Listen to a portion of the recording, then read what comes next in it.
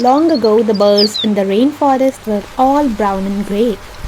They tried to take colors from flowers, leaves, and fruits, but the color, it never stayed. It would wash away with the rain. After every rain, a beautiful rainbow would appear in the sky.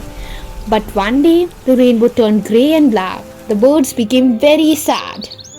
Suddenly, a wise old owl appeared. It told them that some insects had attacked the rainbow and taken away all its colors. It asked the birds for help. The birds flew to where the insects were hiding. They attacked the insects. The insects fought back, but the birds were strong and brave. Soon the birds chased the insects away. The rainbow was very happy to have its colors back. As a gift, it gave a color to each of the birds as they flew through it.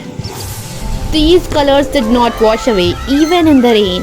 The birds had become bright and beautiful. They came to be called the rainbow birds.